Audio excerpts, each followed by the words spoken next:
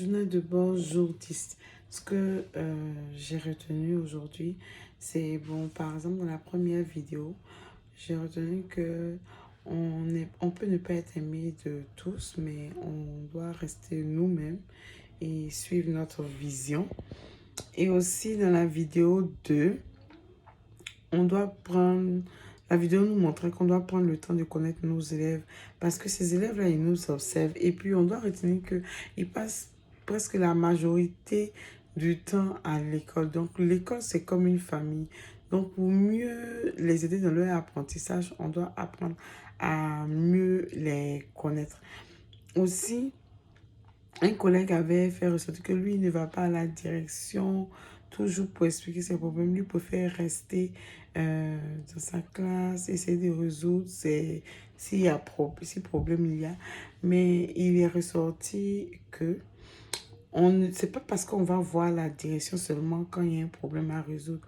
On peut aller lui expliquer aussi des idées et demander un autre point de vue, comme pour avoir une autre vision. Pas vision, mais un autre point de vue.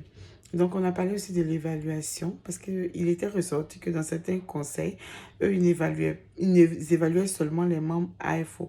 Mais moi, je suis à Viamonde et à Viamonde, on évalue les membres AFO, FESO et aussi les membres de la conciergerie. Et puis, pour les membres FESO, un collègue avait dit que il recevait comme une feuille d'auto-évaluation. Donc, il s'auto-évaluait d'abord avant de venir voir la direction et c'est sur ça qu'ils se basaient pour faire leur évaluation. On a aussi parlé de la supervision. Donc, on a parlé du monitorage. Donc, on doit savoir qu'en tant que leader, on est un chef d'orchestre.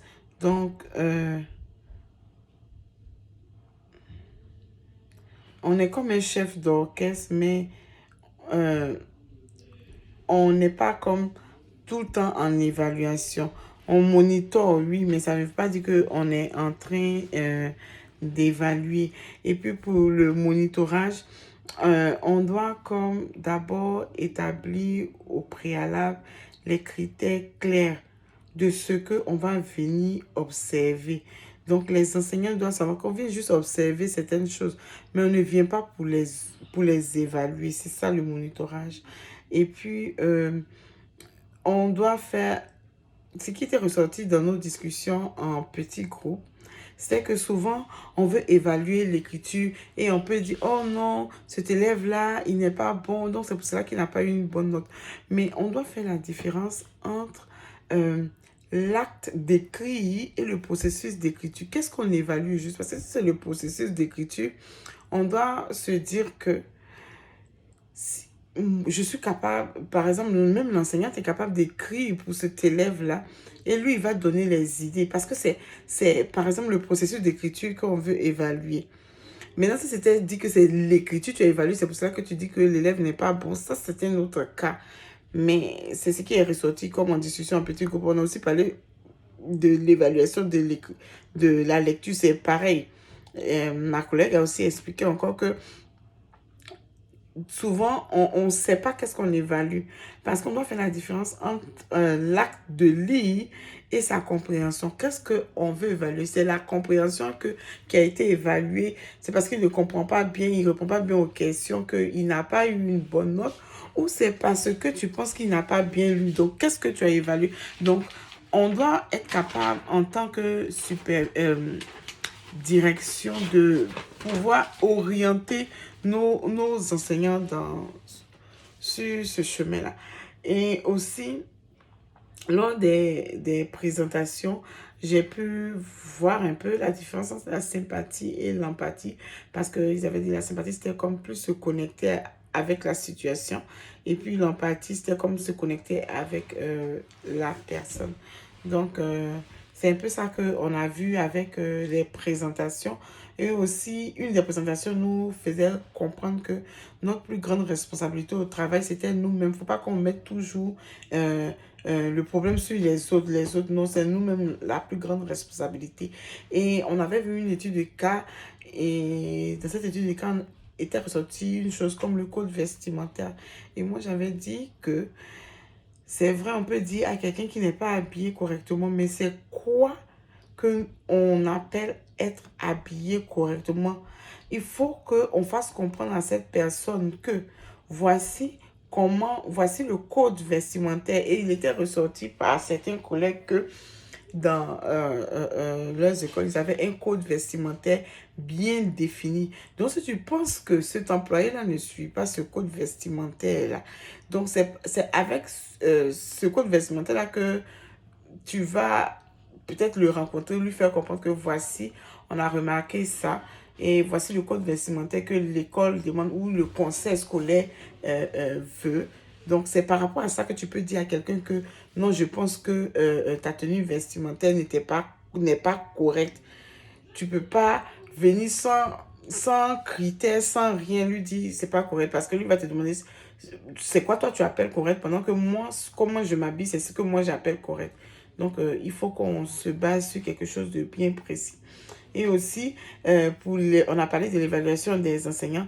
La direction doit savoir qu'elle doit évaluer les enseignants. Elle ne peut pas dire, oh, je ne le fais pas. Non, c'est une loi ministérielle, donc elle doit le faire. Et même si elle se dit que tout va bien avec les enseignants, donc elle n'a pas besoin peut-être de les évaluer maintenant, hein.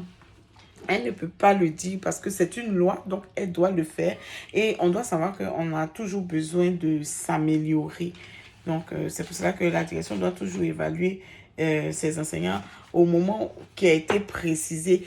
Et avant d'évaluer, elle doit comme parler avec ses enseignants.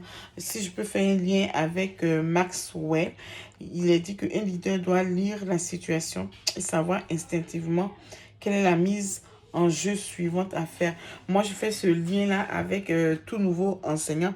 C'est-à-dire que si tu l'as évalué et que tu vois qu'il y a de la difficulté, en tant que leader, tu dois être prompt à chercher à l'aider en trouvant des pistes de solutions ou des moyens pour pouvoir l'outiller, pour l'aider dans la difficulté dans laquelle, si c'est peut-être la gestion des classes, quoi, chercher des moyens pour l'outiller et pour pouvoir l'aider à comme avancer.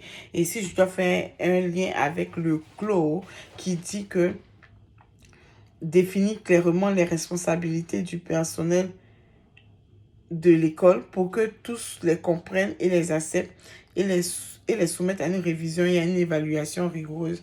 C'est-à-dire qu'en tant que leader, si tu dois évaluer un enseignant, un membre de l'AFO, tu dois être capable de lui montrer, par exemple, le document sur lequel tu vas te baser, quels sont les critères que tu veux évaluer, qu'est-ce que tu veux voir, comment tu vas l'évaluer. Vous devez passer au travers du processus ensemble avant de l'évaluer. Tu ne dois pas venir comme ça, dire, oh, tu n'as pas bien fait ça, tu n'as pas bien fait ça, pendant que tu ne lui as pas dit qu'est-ce que tu voulais observer au juste quand tu allais venir l'évaluer.